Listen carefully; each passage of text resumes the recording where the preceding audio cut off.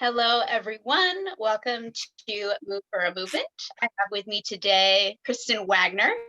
She is a Boston-based dance artist, dance educator,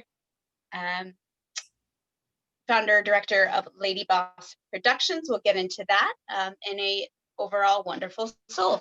Thank you so much for being with us today, Kristin. Thanks for having me. Oh, of course, of course. Yeah, so in terms of LadyBoss, just to sort of tease apart what you do a little bit more, I love this statement. LadyBoss Productions supports the grassroots development and production of new and continued work by independent dance makers in the greater Boston area, with a primary focus on uplifting the voices of those who are too often unheard or unseen. Why to you is that a crucial mission? Yeah, I'd love to hear why that's important to you. So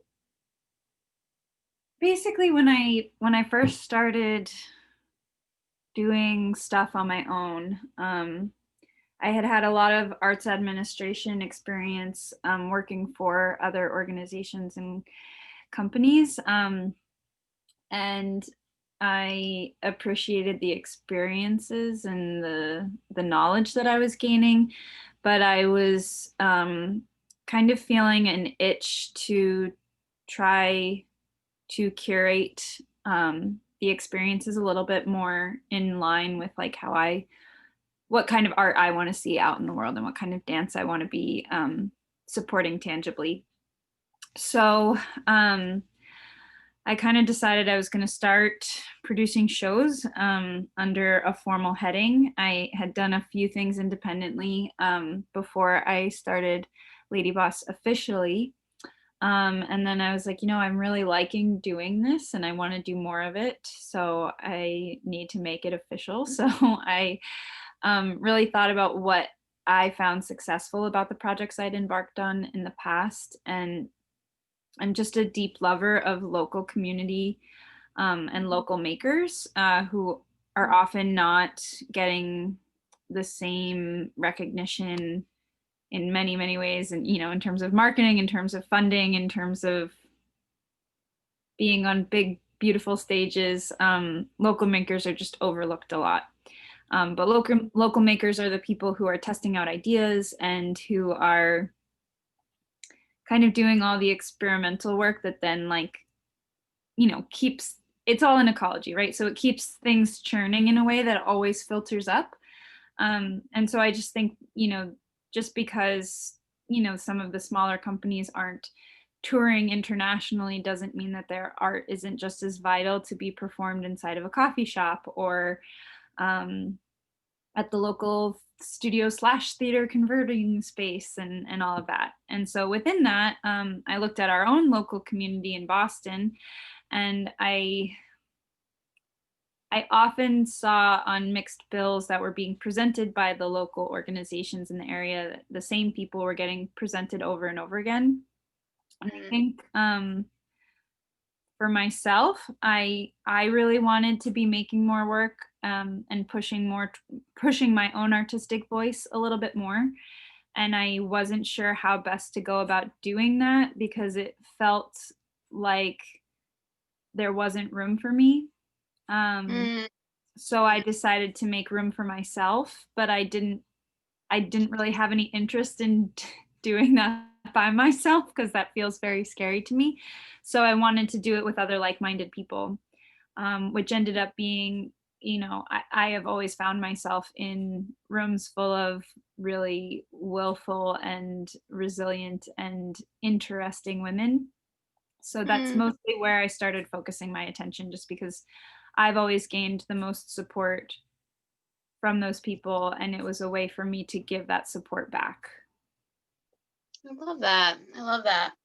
Yeah, and that idea of like full circle of, yeah, I mean, it's a hill I'll die on of we're not going to get the household name artists, the Beyoncés and the Spielbergs and like those people who are known out there as talented artists if we don't have that churning of ideas and those people who are household names also at some point got them support that, for lack of a better term, the foot in the door that got their name out there, that big break, or whatever that was for them, that doesn't just happen.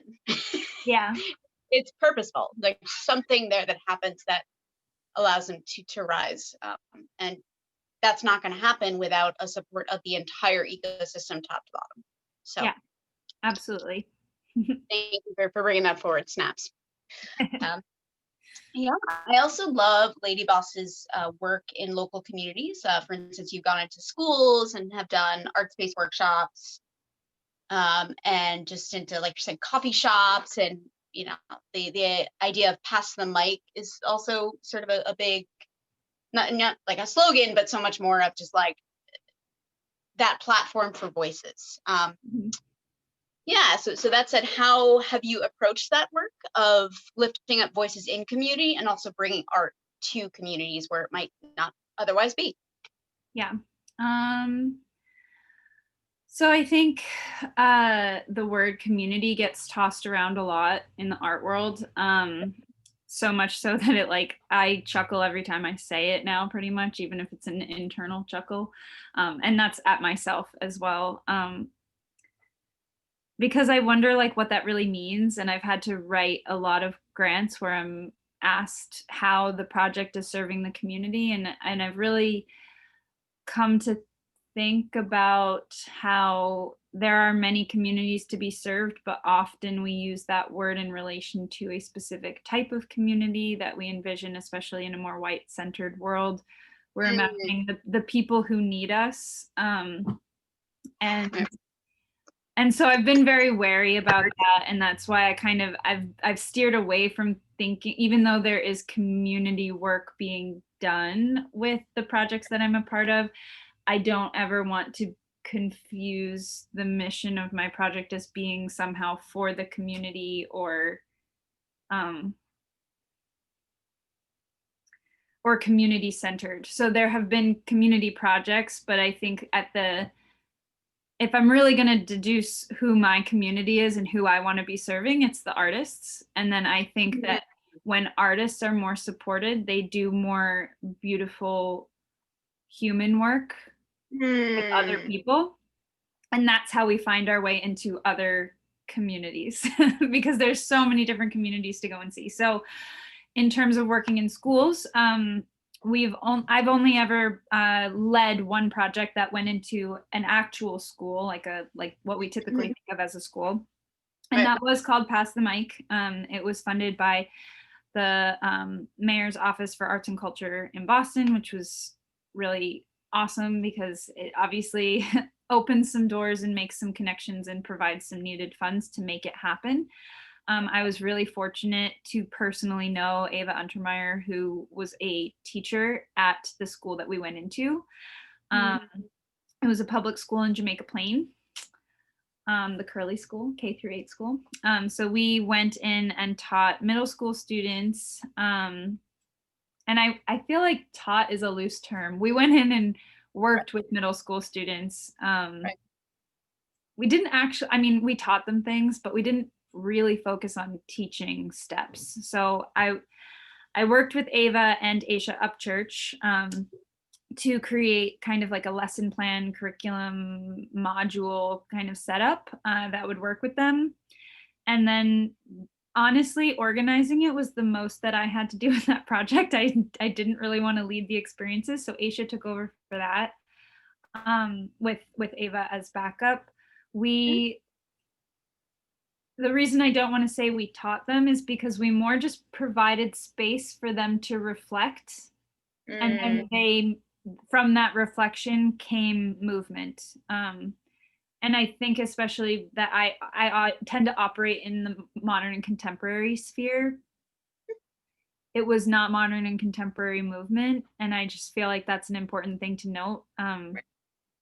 So we went in and made space using tools and strategies that the three of us have used in the contemporary world. And then we gave them room to explore that in their bodies. And most of what came out of that was rooted in TikTok dances and hip hop and YouTube videos and the things that they connect with most in the community in which they are a part. And it was really it was just really interesting and really beautiful. And I I think it was short. I wish it could have been longer. We only had 3 days with them. But in 3 days, it was a really great test for us on how curriculum might work, and maybe a dream forward for how we might envision the arts being a part of education on a broader basis. Love it.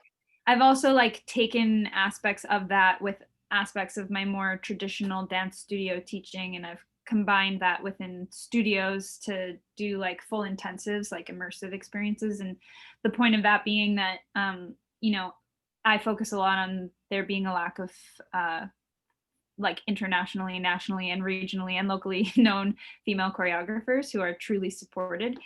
And how do we expect more women to be supported in making work if we don't let them start playing around with making work until they're young adults? So I'm huge in the regular classes that I teach on having students play around with choreography. And I thought, you know, why not have an entire intensive that's pretty much dedicated to that? So we did, in the morning, we did technique class so that they could kind of have a sampling platter of all that contemporary could be. And I specifically did not teach it because they have class with me all the time. So I brought in a bunch of women that I was working with on that season of a project that I do called That's What She Said. And they were all very, very different from one another in their styles and takes on contemporary. So they got that experience. And then in the afternoons, Audrey McLean and I were working with them on what does composition mean? What is choreography? How do we find our artistic voice within a body? And then how do we organize bodies in space to show either a meaning, a story, a shape, etc. And that was really cool. I love working with kids. I think a lot of people at the professional level start to like think of young people education as kind of fluff or something that you do early in your career, and then you move on to academia and college age or professionals, which I like. I also teach in a college and I teach professionals, and that's fun too. But you know, if we want to talk about voices that are often not heard or seen, young people is definitely up there, and they deserve to be heard and seen too. So that's work that I've really, I just love doing that. And that's those are two entirely different communities as well. So I worked with students who are in a very, very wealthy, predominantly white suburb of Massachusetts. And then I worked with students who are in a public school in Jamaica Plain who are being bused in from Mattapan and Dorchester and all over the place.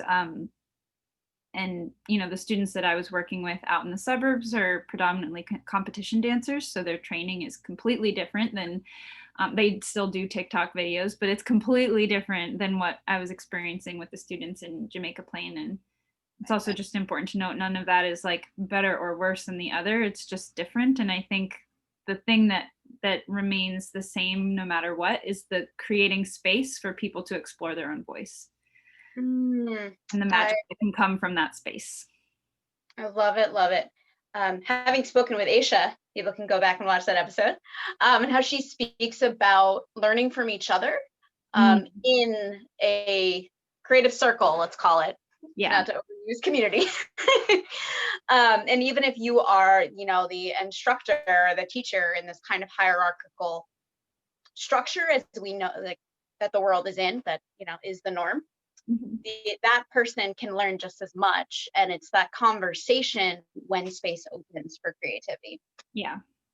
And what is produced there is not any better or worse than, you know, competition kids who can do 3 pirouettes on point, right? Like yours, it's just, and that also, you know, that comes from this hierarchical mindset that, you know, Eurocentric, you brought that forward of like, this is art and this is not, right? So kind of questioning that. And I do think that begins with opening up that space for different voices, like you're talking about.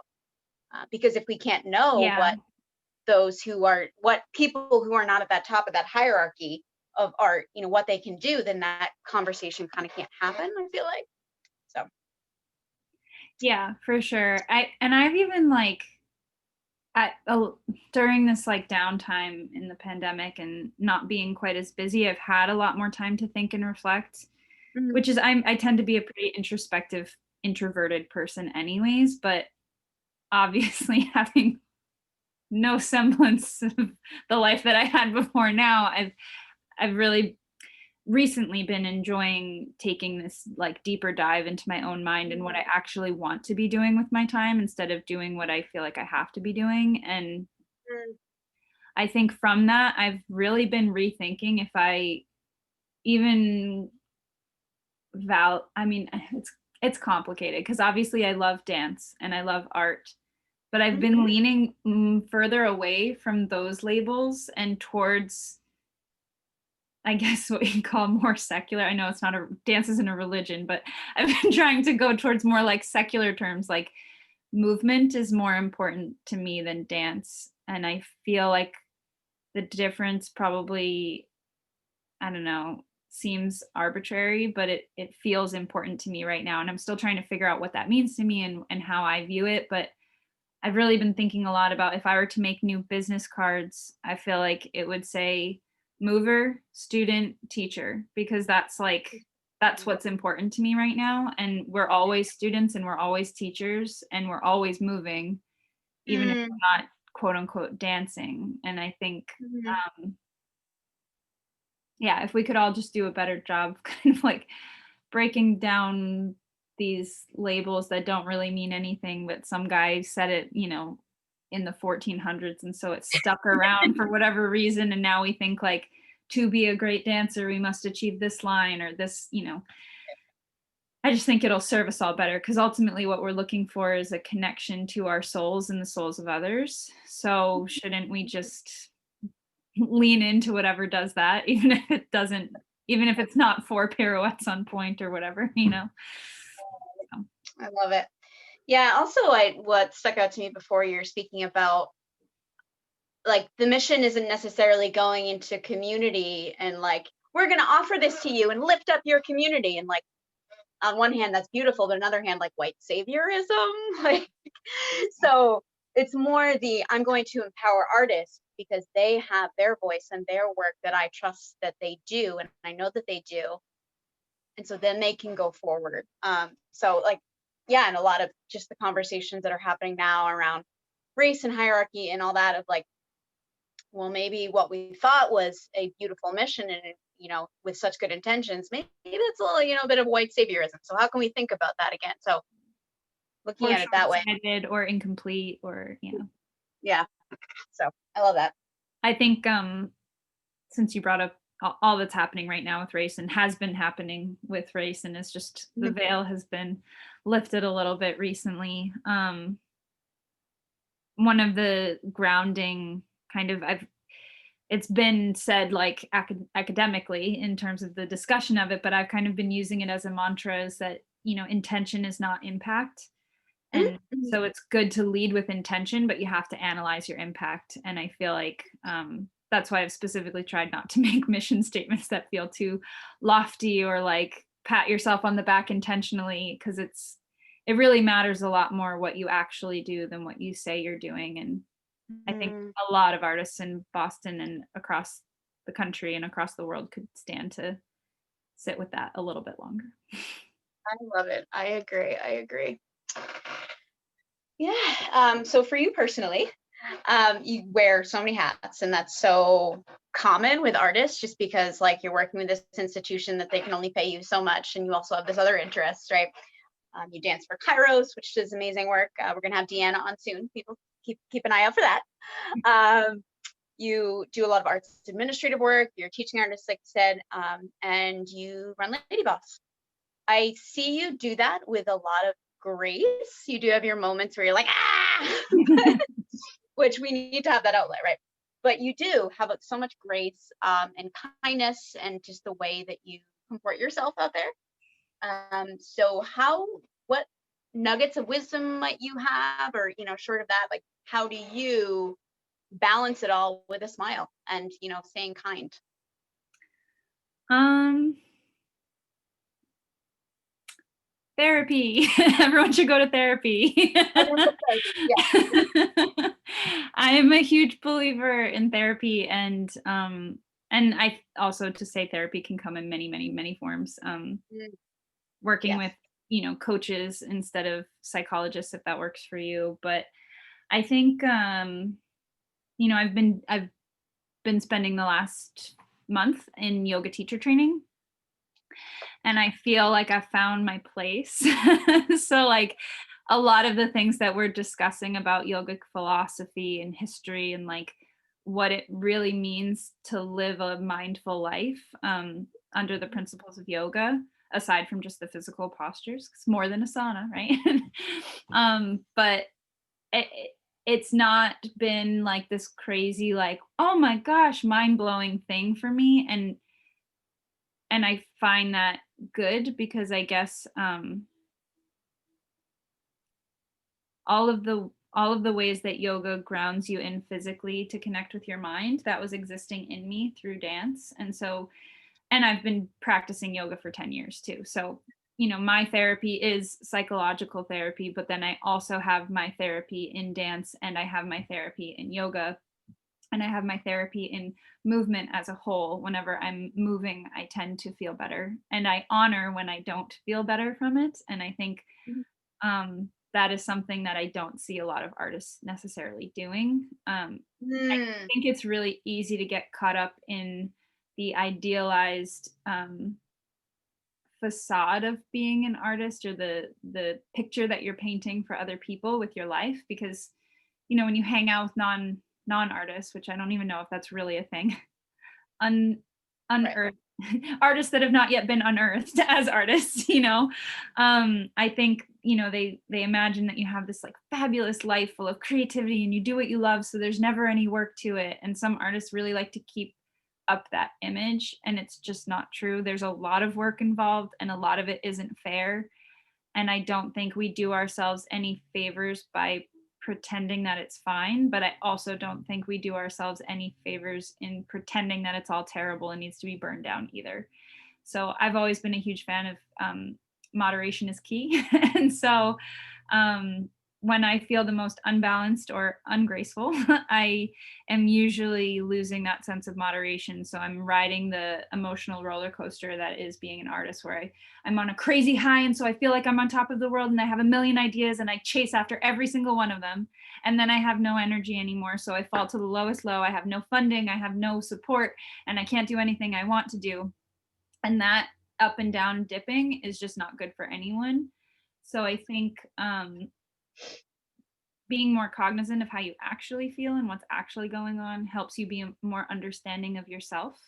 And when you understand yourself better, you have a lot more compassion and empathy and ability to understand others. And I also I majored in hospitality, which was basically like getting a degree and being nice to people. So, you know, so that also helps. I definitely spent a lot of my young life learning that the customer is always right, but how do you also like put down your foot for the sake of the business? And I think that has impacted my life a lot as well. Just like Mm, you have to know how to listen to be in hospitality, and you have to know how to listen to be in art. I think one trains you better than the other.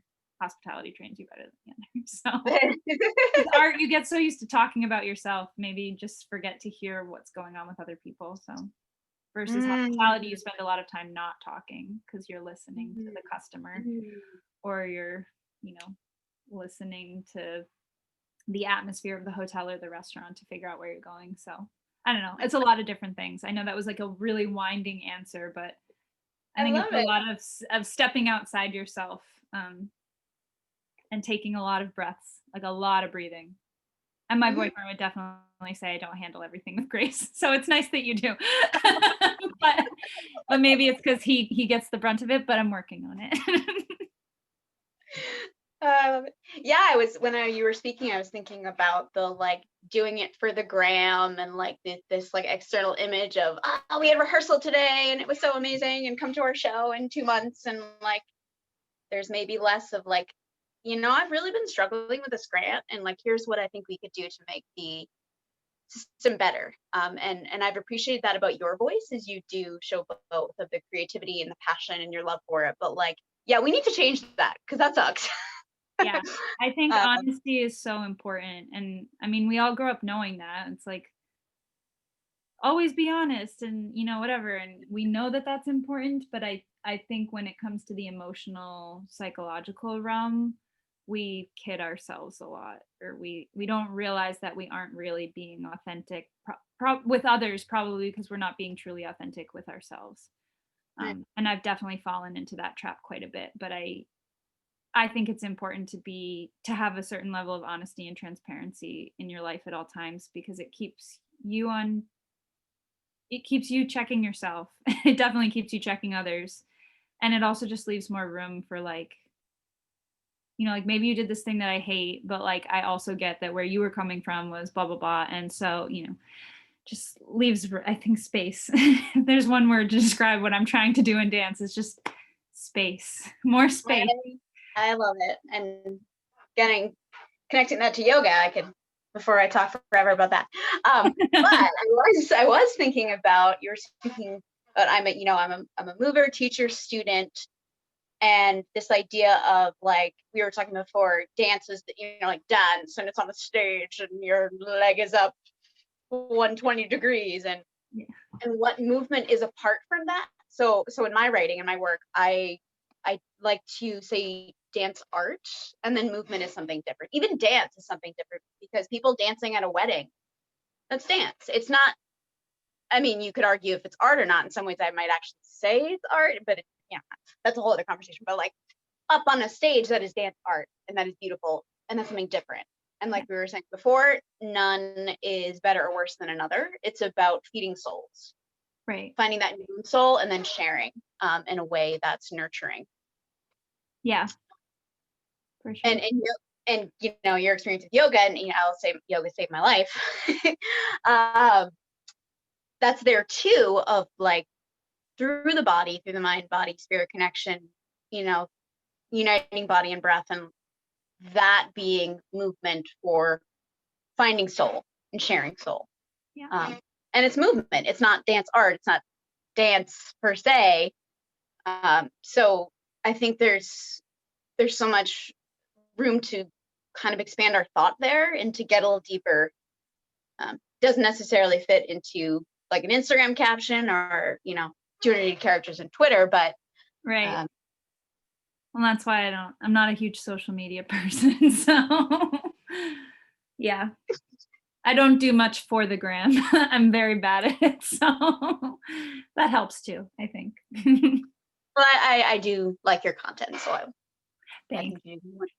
But I've pulled it back a lot, right? Like I haven't been posting nearly as much during the pandemic, because I think I did feel that sense of like inauthentic. I mean, even if what I was saying was how I felt, I was starting to question the authenticity of why I was sharing it.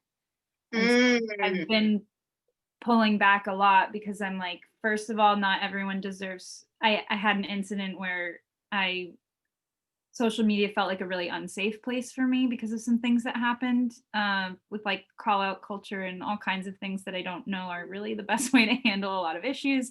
And so I really responded to that, wanting to withdraw and protect. And so I had this moment of being like, not everyone deserves access to my life. And I guess I was beginning to wonder if I was sharing as often as I was because I felt it was important for me and for my following, or if I was sharing because I felt like I had to stay relevant.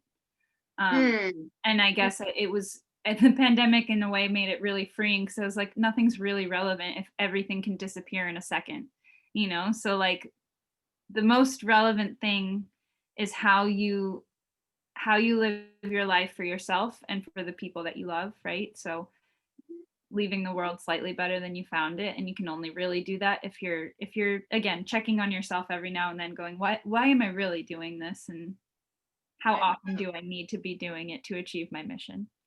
So I think that now, like once every 2-week posts of my niece, that does the job. I haven't posted much about dance at all really lately, and it's been kind of nice to keep it to myself, but I'm looking forward to it coming out of the pandemic and being able to share it again. But it's been kind of nice having this moment to reevaluate my relationship with the form. Yeah, and it's maybe what your soul mind needs right now. Yeah. And it's just like listening to that introspection. Yeah. Yeah. I love it. Yeah, so in your choreographic work, I wanted to ask about, you can see that kindness and grace, which I believe you carry out with how you walk through the world. But there's also this ferocity, like Mhm. you're not afraid to put on what's costumes that some people might call skimpy, or this gesture that's like, wow, that's really deep and oof, like angsty, for lack of a better word. Yeah. Um, so are you ever apprehensive about putting that work up? Are you ever afraid how that boldness will be received? Do you have experiences with that that you might want to share that you think would be useful to share? Yeah. Yeah. I a few years ago, I guess it was probably 5.5 maybe years ago. Yeah, it was 5.5 years ago, a long time ago. I was working on a solo through Dance Complex's Amasset program, which is Mhm. kind of like a entry level. Well, it doesn't have to be entry level. You could be very experienced to do it, but it's sort of like a refresh your basic choreographic tools course. Right. And so I had taken a few years off of making things after I graduated college, and I was kind of looking to dip back into it and curious about if I wanted to be doing my own professional work or just performing other people's professional works. And so I used that program in order to kind of figure that out and play, which I highly recommend to other people. Everyone should check it out if you're interested. Woo, love Um, links. support the dance complex. But I decided that what I wanted to work on was about the way we write about women's faces, and what makes you look pleasant, what makes you look beautiful, what makes you look sexy, what makes him want you, and all this type of language. And um, it got pretty angry towards the end. And I remember in one of the feedback sessions, there was a friend of the program there. So it was like kind of the first one that we'd opened up to some public viewing. And this Mhm. woman was just like, because I think I went last too. So you know, she had seen me giving feedback and sharing in conversation as myself, which is this like Right. softer being. And then she saw me dance and she said to me, she's like, you just seem like such a good girl. It was so jarring to see you do this thing. And I know exactly. And internally that was me, but also like the grace comes out and I'm like, okay, I don't think she meant to be very like outdated and sexist in that moment. But I do think it was like this like, oh my gosh, that's not what I expected from you. And I think I do tend to get typecast a lot based on the way I look and how I am generally is like, and it happens all the time, and I'm sure you've experienced it too, like Mhm. being in the yoga world, or people aren't in the world, and a lot of people are in the yoga world and the dance world have this imagined construct that like because you're on this, yoga being the path to enlightenment or one of the paths that you could take to enlightenment, you feel happy and kind all the time. Right? And like you've achieved bliss in this way that like you're just open, and any thought of anger is like incorrect, or like you just haven't like worked through what you need to work through, or whatever. It's as if there's like anger or ferocity or fire is like some sort of bad thing that disappears once we're truly enlightened or spiritual, or when we're truly good people, that goes away. And it doesn't, because again, that's completely inauthentic. And if what I'm searching for is authenticity in myself and in others, then I have to share the good, the bad, the beautiful, and the ugly. And I think that's why I don't veer away from it, because often all four of those things exist at the same exact time. And that's what makes being a human so painful, but also so magical, because you are feeling, if you let yourself, you are feeling and experiencing so much at every moment of every day, which can be exhausting. And sometimes it can be really quiet, and sometimes it can be like really intense. But you need to share it, because that's how you're actually going to captivate an audience. If you are too afraid to go to that place of depth, then no wonder people don't understand art or don't want to support dance, or it's not going to resonate to them because it's not real. And I think, I always tell my students, you're in charge of being a good person first and a good dancer second. and, Mm. and I mean, I know that doesn't necessarily align with the question of why I'm dancing the way I'm dancing, but I think part of being a good person is recognizing that a good person has many different textures, weights, energies. And when you honor that, then you become a good dancer because you're utilizing all of those things in your repertoire. Mm. So I don't think I've ever felt afraid to do it. Maybe when I was younger, like when I'd put on something a little skimpier or go a more sexual route, I had some fear around that. Just based on my own trauma and the trauma of every woman in the world and how they have to deal with navigating sexuality. It doesn't frighten me at all anymore. There's very little that I won't do at this point because I feel comfortable with the people that I work with. Mm. And I think that makes a big difference. I've found my collaborators and the people that build me up in order to be my truest self safely. So I don't feel worried or scared anymore most of the time. That's inauthentic. I definitely have fear still, but not about what I wear or how I dance. It's other stuff. It's bounced to other problems that I'm working on with my therapist. So Go to therapy. Back to therapy. That's going to yoga as well. And dance class. Go to everything. Yeah, go to everything. I love it. Love it.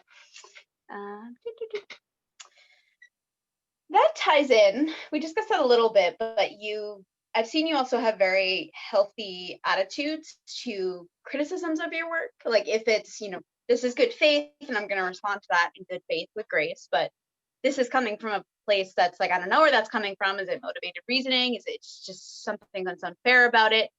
And you will respond with a certain level of wit that's really like beautiful and interesting to see, but also like standing your ground, right? So if there, creatives out there that might struggle with that, they have a criticism of their work and they're like, having all those feelings at once, right? But they just kind of don't know how to respond, or they find themselves responding in not the most productive way. What sort of nuggets of wisdom where you give, or what helps you respond in that more healthy way?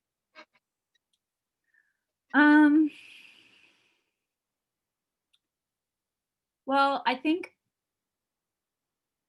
people tend to be nervous about stillness and silence, and that is just not something that's ever been a problem for me. So I think a huge way that I've managed how to respond to criticism, whether it comes from a good place or not, is to sit and be still and to absorb it. I find that if I can take a couple moments of silence to myself, I'm able to better hear the echoes of what was said, and that helps me deduce whether it was said in good faith or not. And I don't want to say I'm not precious about my work, because I am. It takes a lot for me to like put something out there, and I do struggle with like worrying if it's good enough and stuff. So I do have that like preciousness to me, but I guess I also like weirdly operate from a sense of like knowing it's not going to be like mind-blowingly good. If I'm in a position where I'm sharing it for critical feedback, I would hope it's not like earth-shattering yet, because then I'm done, right? So like, so I expect criticism, and as long as it's like given in a way that I can converse with it and kind of digest it or break it down,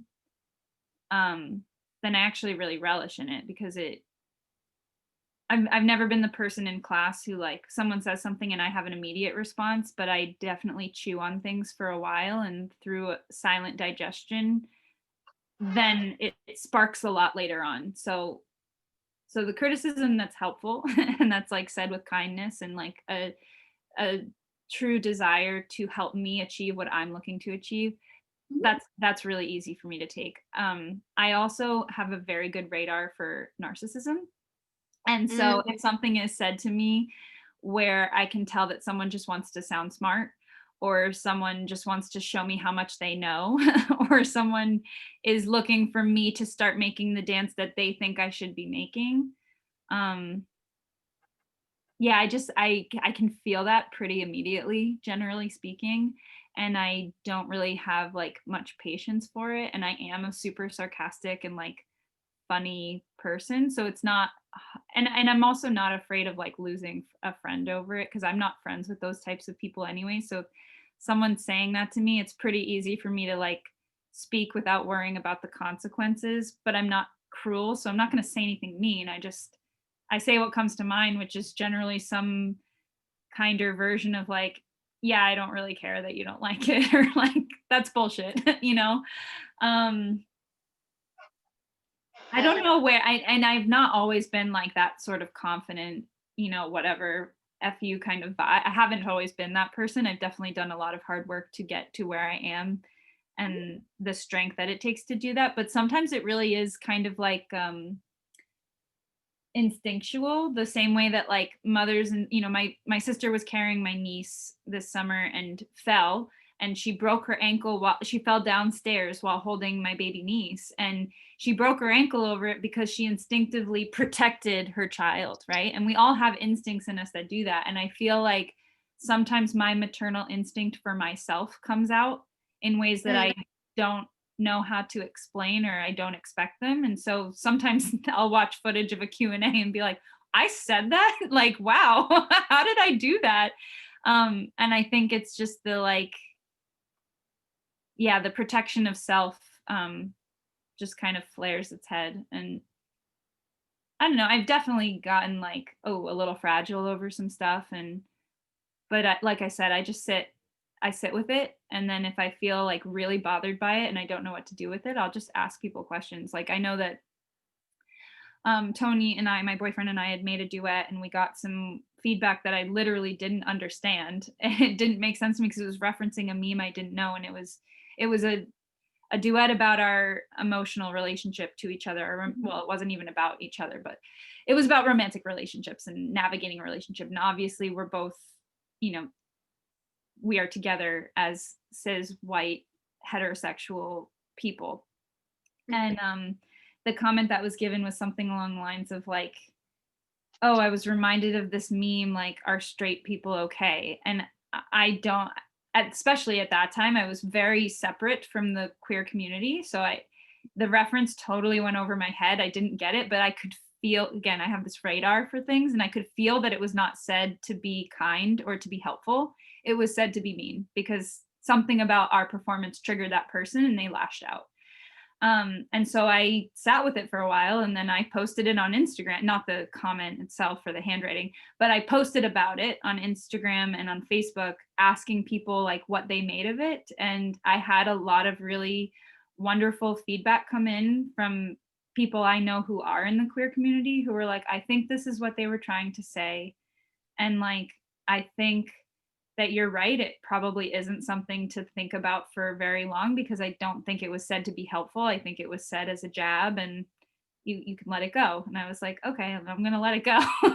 And it was kind of as simple as that. I don't know. Yeah. Like, long answers to your short questions. I'm sorry. No, it's great. It's what you're here for. I'd rather hear you talk than me talk. I hope you don't mind me sharing. And that same duet, it's more that even what I was thinking about, what triggered this question for me was at the first installment of That's What She Said, there was a man who had an issue with how you portrayed Tony as a character, as a man. And he said, you don't really want to do that, do you? And you just immediately said, yeah, I do. I think I actually do. Yeah. Yeah. Well, he said, why did you choose, you know, Tony was, I would also like to say that Tony was simply sitting at a table drinking bourbon and staring at me. And that really upset this man because he felt like that was very mean. And I said, well, maybe that's the point, because I get stared at by men a lot and it's uncomfortable. So if it made you feel uncomfortable, you should think about that. But, you know, the way he first asked the question was, well, why do you feel it necessary to do that? And I said, well, why not?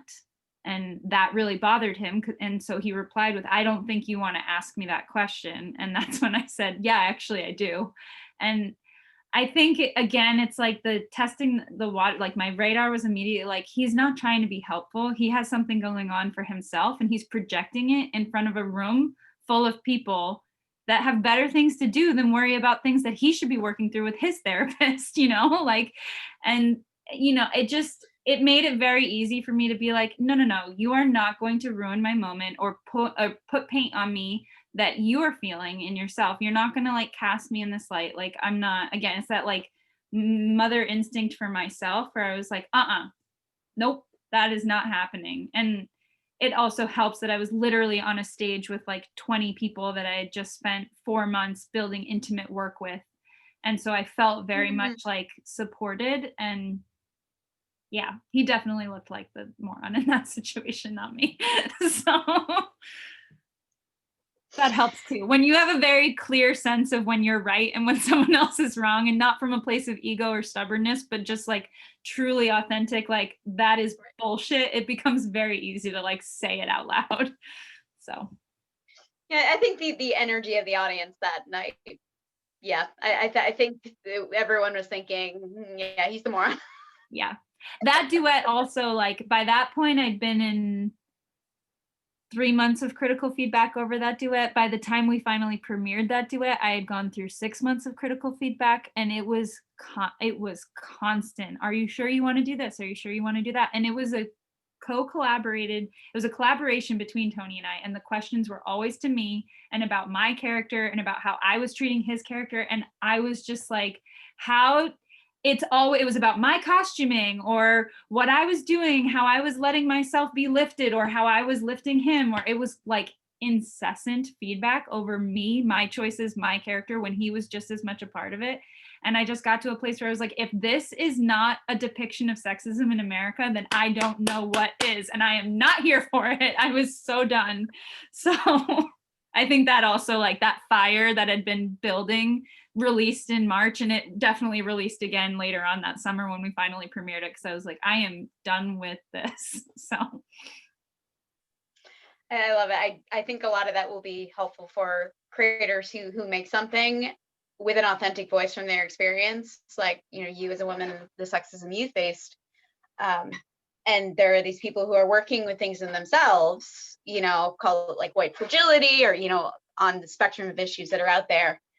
And that question of, is this really about them? And that kind of guiding, like, I've been through this feedback. I know in my heart that this comes from a good place for me, and I worked on it a lot. And okay, maybe this is really about them. I think that's a great kind of starting point for how to respond to, like, this is a like reverse racism, or like that's the extreme, but something like that, yeah, that you might get as an artist. Yeah. I think taking a breath and then kind of taking stock of how much of it is your responsibility and how much of it is theirs is really helpful. And I think sometimes the expectation is that it's all the artist's responsibility, and it's not, because all makers are doing is doing the best job creating something relevant to us that we hope is also relevant to you, right? And so we have a responsibility in that, but the viewer also has a responsibility in trying to listen and analyze themselves and reflect. And yeah, and I think that guy needed to do that a little more. Yeah. Yeah, I do think I tried to do that as a writer, as a critic, of like, this is the reaction I had, like, and sometimes it does come from like an intentional place of, I was watching this work that was very much about a lesbian experience, and I was like, wow, I think this should have come from a trigger warning. So I actually wrote that in the review, but I was like, I'm even hesitant to say that because of where I come from in my, you know, hetero privilege. Like, I don't feel so I do try to have that introspection, and I completely agree, there is a level of that to push art forward and the world forward and artists and all of it is necessary. Yeah. So I appreciate that. Yeah. So you spoke about the pandemic a little bit. What's given you light in this time? It's been, I mean, for creatives not being able to show our work as we usually do, it's challenging for everyone, but sort of how artists are used to making and presenting, it's just completely turned on its head. What has kept your creative fire going, you as a human? What's given you light? I think the most light I've been getting is definitely from my niece.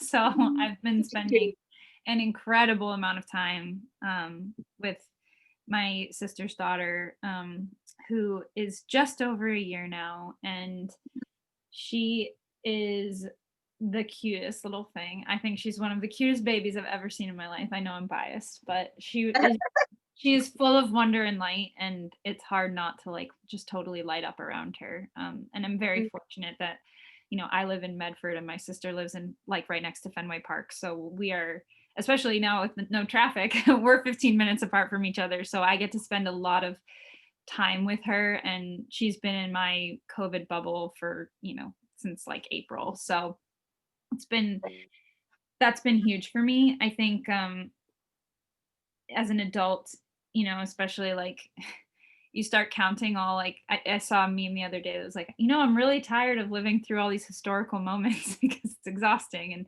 and it is. And you know, I'm 30, so you know, just off the top of my head, I'm like, wow, there's this, but I wasn't even necessarily that floored by this because I was also in Boston for the marathon bombings. And I was also in Connecticut, where a lot of students in my class had parents going to New York for 9/11. And, you know, experiencing 9/11 in Connecticut versus experiencing 9/11 in Texas is going to feel a little different. Experiencing the marathon bombing when you live in Boston versus experiencing the marathon bombing, even if you live in Western Mass, is going to feel really different. And then both of those experiences kind of added up, and now everyone is experiencing the pandemic. And so it's like, yeah, I'm also from Connecticut, and Sandy Hook happened in Connecticut, and my family was still living in Connecticut, and there's just been a lot of stuff for everyone, and in their own ways. And yeah, it's tiring. So kind of setting aside the adult Rolodex of tragedy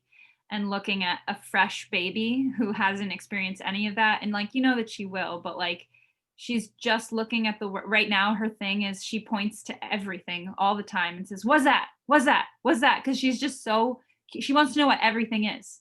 And she can't speak a lot of words yet, but she's definitely saying what's that.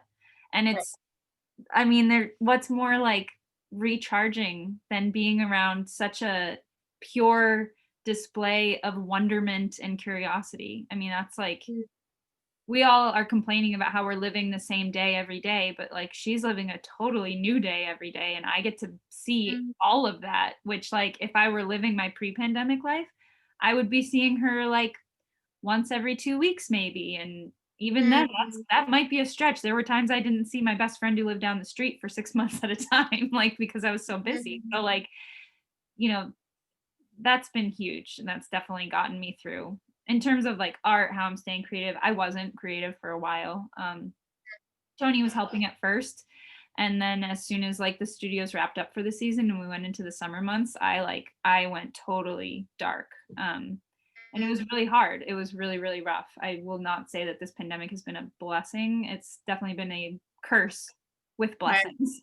But it's, you know, now it's coming, I've been doing a lot better. I've been, you know, trying out meditation and things to calm me. I've started taking some medicine that helps me, and that's been really huge. And being back in a studio is huge for me. And I am back in many studios. So I'm teaching virtually for 2 places, the college that I'm at, and then one studio I'm at is all virtual. But I am back in studio with students dancing and moving at 3 different studios, and then I'm rehearsing with Kairos again. So that's been monumental in helping me come out of a very fallow period from this summer. I feel like someone has rekindled something in me that I was afraid was gone. So it's nice to know that it wasn't. It was just quiet. I love it. That's challenging if you're a creator and there's this drive to create and there's that fallow period. But do you feel like there was good that came out of that? Reflection, rest, and yeah, I definitely needed to rest. I was working way too much before, and I don't know what would have stopped me other than a global pandemic. So, you know, so I guess I needed it, even though I didn't like the medicine or how it tasted. I maybe needed it a little bit. So rest has been huge. I also think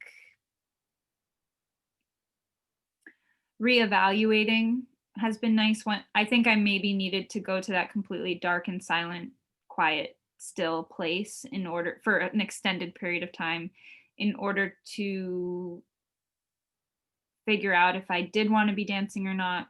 I mean, before the pandemic, I was thinking like maybe I chose the wrong career path. I don't know if I can do this anymore because it's really hard. And then feeling the grief of losing it so unexpectedly, I was like, no, I obviously I want to be dancing. I just don't know how I want to be dancing. And so now I can be a lot, I mean, now with safety precautions, I have to be a lot more choosy about what I will do and what I won't do. And it's been really empowering kind of having a get out of jail free card where I can say no to projects without feeling bad about it. And once you learn the power of no, it is like addictive because then you're like, oh no, I'm going to do what I want to do and what feeds me. And like, and that's been huge. So like rediscovering my love of teaching. I was so busy last year. I don't feel like I was teaching at my best and I could tell when I was doing it. And I didn't like the classes I was doing. I just felt like I wasn't a great teacher anymore. And it was sad to lose that because previously I felt like teaching was the best thing that I did. And rediscovering that and having more time and space to align my teaching practice with my professional practice has been huge. Yeah, there's definitely been good stuff along with the bad, but Love it. Love it. Love it. To wrap up, what can we follow, support, look forward to from you as a creative? that is such a good question. I don't know, man. So I'm closing up LadyBos Productions because I just felt like the model wasn't serving me or the people that I wanted to be serving as well as it could be. And so I'm closing it up and I'm going to reconfigure and start fresh with something else. I think something where I'm allowed to be a little bit more creative in it because LadyBoss had me mostly at administrative and then the creative took a backseat to that. And I think that was creating a lot of, I was definitely losing a lot of grace and I don't want to be a person who's so burned out that they lose their sense of compassion and quiet and calm. So I think it's necessary. So I'm definitely putting that aside. I don't know what I am going to do next yet, but I'm definitely going to do something. It's just a matter of taking this quieter period of time to figure out what's going to serve me. So right now I'm just really excited to be teaching and working with Kairos, and I have ideas percolating for things that I might want to do on my own, but I've also been working with Peter DeMuro on his Stones to Rainbows project because I am his assistant. So I work with him on all his projects, but Stones to Rainbows in particular has been an amazing experience because it's all a series of interviews and conversations turned to art with queer artists and queer community. And as I said earlier, that's a community I've previously not been a part of at all. And I do not identify as queer, but it's been, I just feel really blessed to have been the fly on the wall for so many rich conversations where because of the grace of others, I've been able to learn so much and understand so much and feel so much. And I don't have to wear two hats at once because I'm not queer. So I don't have to be an artist in it. I just have to do the admin stuff and listen. And it's been really nice. So I think the combination of work that I'm doing right now is enough for me. And when I feel like I need more, I hope I'll find it without losing my balance, which I'm sure will be rocky, but I'll figure it out. I have full confidence you will. And I will definitely stay tuned for what you have, whatever that becomes, and support how I can. Thank you, Catherine. Of course, always listening. You were speaking about before, the value of that. Never forget, anyone, value of listening. It's key. Listen to yourself, listen to others, listen to the pulse of the world, right? Maybe a little quieter these days, but yeah. Do you have anything else you want to share before we wrap up? Or? No, I feel like you hit it all. You hit all that is me. So thank you so much. My pleasure. All right, everyone. See you again. Good to see you. Yeah. Thank you so much for joining, everyone. Please like, subscribe. If you think you know people who would enjoy, benefit from, please spread the word. And we will see you next time. Happy holidays, all.